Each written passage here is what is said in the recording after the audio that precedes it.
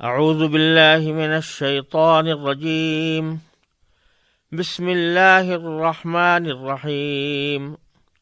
دوسرا طریقہ استقسام الازلام کا یہ بھی تھا کہ بعض اوقات کسی دوسرے شخص کا اونٹ پکڑ لیا اس کی مرضی کے بغیر، اور پھر شراب کے نشے میں لوگ دھوتیں اونٹ پکڑ کے لے آئے ہیں، اور جس کا اونٹ ہے اس کو پھر بعد میں منہ مانگے دام بھی دے دیں گے، لیکن فی الحال ہم لے آئے پکڑ کے، اور لا کر پھر اس کو چونکہ 10-12 آدمی مل کے لائے تھے تو ان کے اندر اب یہ کیسے تقسیم کریں، تو اس میں کسی کا کے اوپر مثلا 4 کلو کا گوشت، کسی میں 5 کلو کا گوشت، کسی میں ران، کسی میں جو ہے وہ مختلف حصے گوشت کے، اس طرح بہت سارے حصے بنا لیتے تھے، اور پھر تینوں میں ڈال کر پھر نکالتے تھے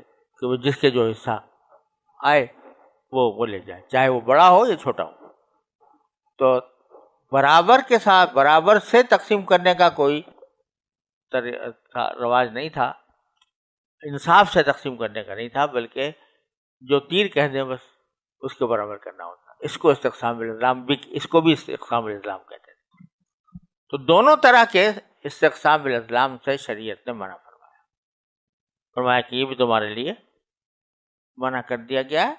ذالکم فسق، یہ سارے کام جو ہیں یہ تمہارے لیے یہ گناہ کے کام ہیں، یعنی میتا کا کھانا، لحم خنزیر کا کھانا، اور جو ہے بغیر اللہ کے نام کے کوئی جانور ذبح کیا ہوا کھانا، گلا گھونٹا ہوا کھانا، چوٹ کھایا ہوا کھانا، اوپر سے گرا ہوا جانور، اور جس کو سینگ مار دیا ہو اور جس کو درندے نے کھا لیا ہو، یہ سب حرام ہے۔ اور جو تھانوں پر لا کر جن جانوروں کو ذبح کیا جاتا ہے وہ بھی حرام ہے۔ وَأَن تَسْتَقْسِمُوا بِالْأَزْلَامِ، اور استقسام الازلام کی جو صورتیں تم اختیار کرتے ہو وہ بھی حرام ہے۔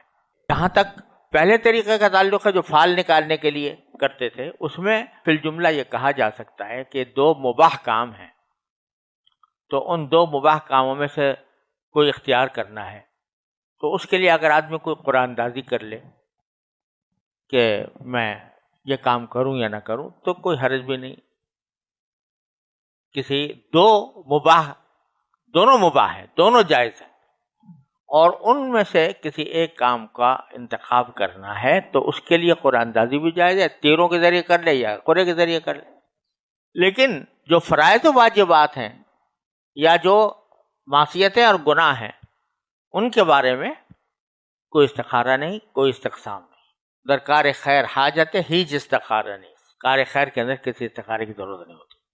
تو یہ اس کی تفصیل ہے، کو حرام کر دیا گیا۔ تبادل صلاۃ الاستخارہ ہے، جس کے معنی ہیں کہ نبی کریم صلی اللہ علیہ وسلم نے یہ تلقین فرمائی ہے کہ جب آدمی کو کسی قسم کا تردد ہو تو 2 رکعت نماز استخارہ پڑھ کر استخارے کی دعا پڑھ لے۔ بڑی عجیب دعا ہے کہ اللہم انی استخیرک بعلمک واستقدرک بقدرتک، اے اللہ میں آپ کے علم سے خیر چاہتا ہوں اور آپ کی قدرت سے مدد چاہتا ہوں۔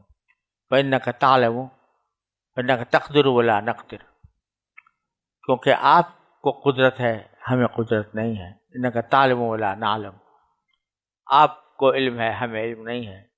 یا اللہ یہ کام جو میں کرنے جا رہا ہوں اگر وہ خیر ہے میرے دین کے اعتبار سے، میری دنیا کے اعتبار سے، تو پھر اس کو مقدر بھی کر دیجئے اور آسان بھی بنا دیجئے، اور اگر یہ شر ہے تو آپ اس سے مجھے محفوظ رکھیے اور اس کو مجھ سے دور کر دیجئے، اور اس کی جگہ وہ چیز عطا فرمائیے جس میں میرے لیے بھلائی ہو۔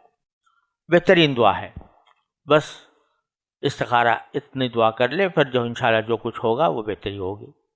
کوئی ضروری نہیں کہ اس کا کوئی جواب آئے، نہ کوئی ضروری ہے کہ وہ خواب آئے، نہ کوئی ضروری ہے کہ کسی جانب ضرور دل مطمئن ہو جائے، لیکن اس کے بعد اپنی کوشش کرتا رہے، معلومات کرتا رہے، اس کے بعد پھر کام کرے گا تو انشاءاللہ اس میں خیر ہوگی۔ یہ استقسام بالازلام کا ایک متبادل طریقہ نبی کریم صلی اللہ علیہ وسلم نے فرما دیا۔